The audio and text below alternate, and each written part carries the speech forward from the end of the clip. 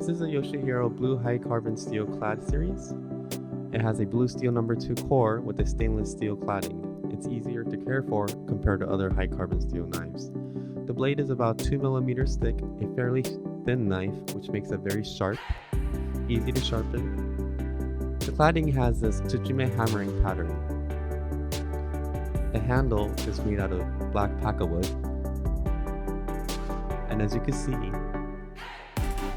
it is full tang for great balance and feel.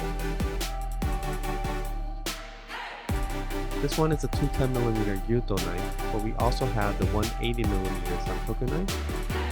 Next is the 160mm Nakiri knife, and also a 135mm petty knife.